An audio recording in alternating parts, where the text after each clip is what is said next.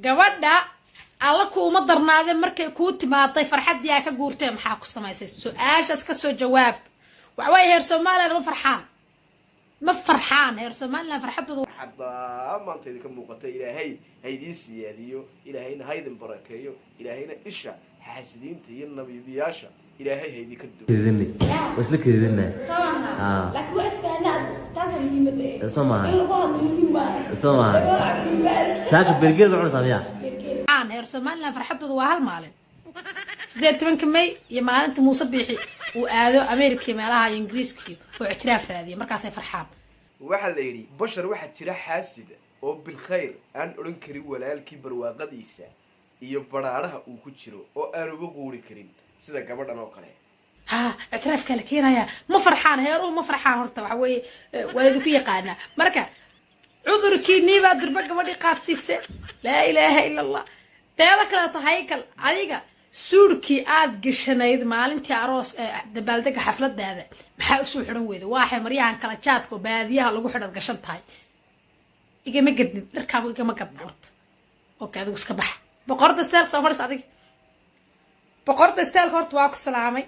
waa ku hambalyeena marka ugu horeysa abaayo marka labaadna abaayo boorsada ay xiran tahay baadiyaha laga xiran jiray waaga aniga Soomaaliya joogay boorsada horta wax way igama gadna diracaan hoos ka xirato binkiga oo jaakada yar oo dirac ayadana kor ka sii xiratay igama gadna gabadhani waxay ku jirtaa wax runta malaha u sheegay garan weydii dambina ay ugu ahaatee waa da'dii meelka dhaqaysay halka iyadu nolol ay ka samaysan lahayd ee ay farxad raadsan lahayd ee ay nolosheeda raacan lahayd amba bas ay raadsan lahayd qof ku faraxsan bay waxay ka hadlaysaa gabadh yar oo dhalinyaro ah oo iyadu xataa ay dhali karayso wallahi cadeed sababtoo ah ma isku dhawaa waxa laakiin hadalkeeda ka muuqda inay iyadu faraxsanayn balse ay ku xoqonayso gabadh maanta hargeysa lagu soo dhaweeyay xataa si aan madaxweyne loo sharfin baa loogu sharf dhalinyarada hargeysa oo dhan baa u kacday iska hargeysa dhammaan Soomaaliland goboladooda dhan baa gabadhaas madaxa ku wada sita oo mar waliba yiraahda dumaashi ha dhicin oo ha ku fin oo ha jabin inaadeer markaa walaalay gabadhaasi waa gabadh nolol samaysatay boqorad nolosheeda dhisatay ah haltaana anigu waan siin doonaa boqorada isteelka balse gabadhan aan hadalkeeda dhamaysano maykabka ku marsan igama gadna intaas waxaa sii dheer waa fakaraysaa xafladda ku dhex fakaraysaa walaalay masariirta ka fakaraysay mise wax kala jira haddii uu haykal wax kugu sameeyay anaa ka mas'uula anaa lagu qooyay waxa weeye anigu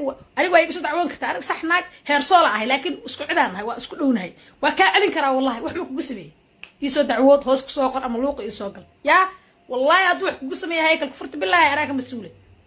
waxa way gabadha koonfuraad tahay waa lagu soo dhaweeyo welcome lagu dhawaabayo oo laga farxiyo waxa farxadii laga kaxeeyay dhar kala jaajaaba weliga kugu arkina soo xiratay maykabkii kugu aqaano quruxda badna kuma marsano yaare waqooyi waa soo garbaxaysan gabadhan yaa ana iga soo garbaxaysan iyada ma arag gabadhaas waxa way waa idin sheeg waxa dhahay markay idintu waad soo dhaweeyo cuntadii oo reer waqooyiga waa baray waxa dhahay saan oo loo dhaqma saan waxaas la cunaa kirshow mirishi calool iyo waxa ninka horkeen hayay tir waa qaadat idinka waa kasoo bixi weydintiinimo farxadii ka kaxayseen durba reer koonfur baa tahay qadaadweyn baa tahay balaad ku bilowdaan oo maleena sadarteeda waxaan aqbal oo maleena gabadhu waa xaraaqsan tahay waa murugaysan tahay xafladda ku dhex fakaraysi qofka fiidiyowada arkay ilmo fiidiyow Alexa anigana waxay ugu horeeyaan sameynaya cafe gabadha ka xaysana wax barasho soo bye adiga muuqaalkan daawanaya ma aaminsan tahay diyaad garanayso waxa la yiraahdo fataatiiraha ciyaalnimadkii baan u ciyaari jirnay qaasta waa fataatiiraha ugu weyn ninka qaasta ku dhuftaa waxa fataatiirayaalaba waa guran jiray haddaba waxa jira dad ishoodu qofkay qabato ee ay ishaarato ay dalaq dhex dhahdo wallahi cadeen haddaba ishu waa xaq maadaama ishu xaqtay boqorada isteelka waxa xidhan lahaa iyo haykal farxadda badan ee baraha bulshada soo gelinaysaan idinkoo faraxsan kala reebta beeqaamiya bahasha beeqaamiya sidii nin weyn baa wax iigu sheegay wallahi cadiim waxaa mararka qaar ii sawirmata labada dhalinyarada ee maanta ummadda dhalinyarada ee Soomaaliyeed iyo kuwa weyn iyo kuwa yarba ay ku wada faraxsan yihiin iyagoo wadankooda wada jooga in ay si sharaf la isku guursadeen. dad aan intaa quurin baa jira oo sharaftaasi aan arkayn oo farxaddaasi arkayn dadkaasi ka muuqata. gabadhan waa oo gabadhan oo kale ka mid tahay boqorada isteelka. maanta farxadda ka dhiman iyadaa sheegi karta, anigu iyada kuma dhex jiro, gabadhanna kuma dhex jirto, adiga muuqaalkan daawanayaana boqorada isteelka kuma dhex jirtay. laakiin shaksiga inuu faraxsan yahay waxaa laga gartaa, dhabankiisa laga gartaa. gabadhaasi mood ayay ku jirtay, maaha farxaddu inaad dhaq soo tidhaahdo oo keliya. qofku qalbiga ayuu ka farxaa. markuu qofku farxana dabcan mood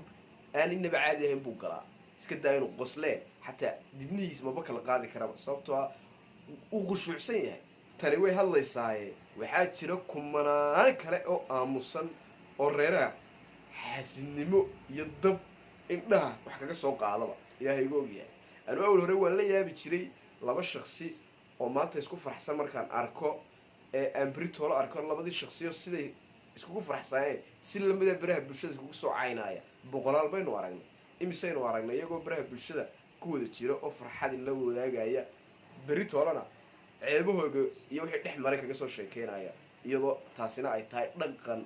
aan islaam mid ahayn iyo mid xataa dee aan xataa mid gaal ma aha. uu leeyahy bile waa dhaqan soomaalida keliya taanigu waan ku arkay oo laba ruuxoo intay isguursadeen nolol qurux badan wada qaatay oynu farxaddooda arki jirnay unbaad arkaysaa markay isfuraan labadii halkan iskusoo fadhiya iskusoo jawaabaya. diricii buu qaatay soo saliga ahaa,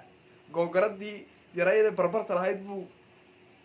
dilooliyey. wax gabadhi baa soo dhansa, isaga waa wuxuu soo leeyay shaarar fara badan iyo macawiso fara badan bay iga qubtay.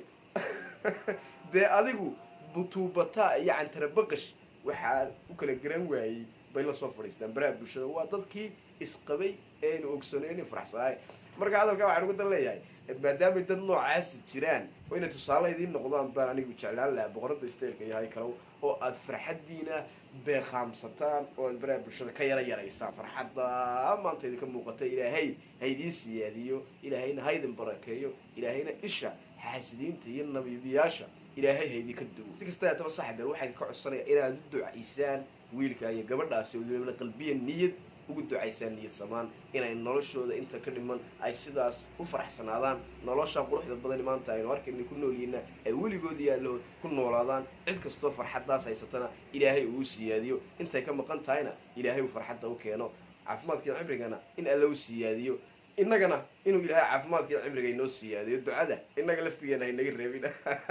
ducada jumlo inooga dhiga. si kasta ahaato saaxiib eelaad aad baad ugu mahadsantihiin daawashada muuqaalka daawatay dhamaantiin waxaad kastigaa islaanta. asalaamu calaykum waraxmatullahi wabarakatuh. muuqaalkani muuqaalka xiga bis.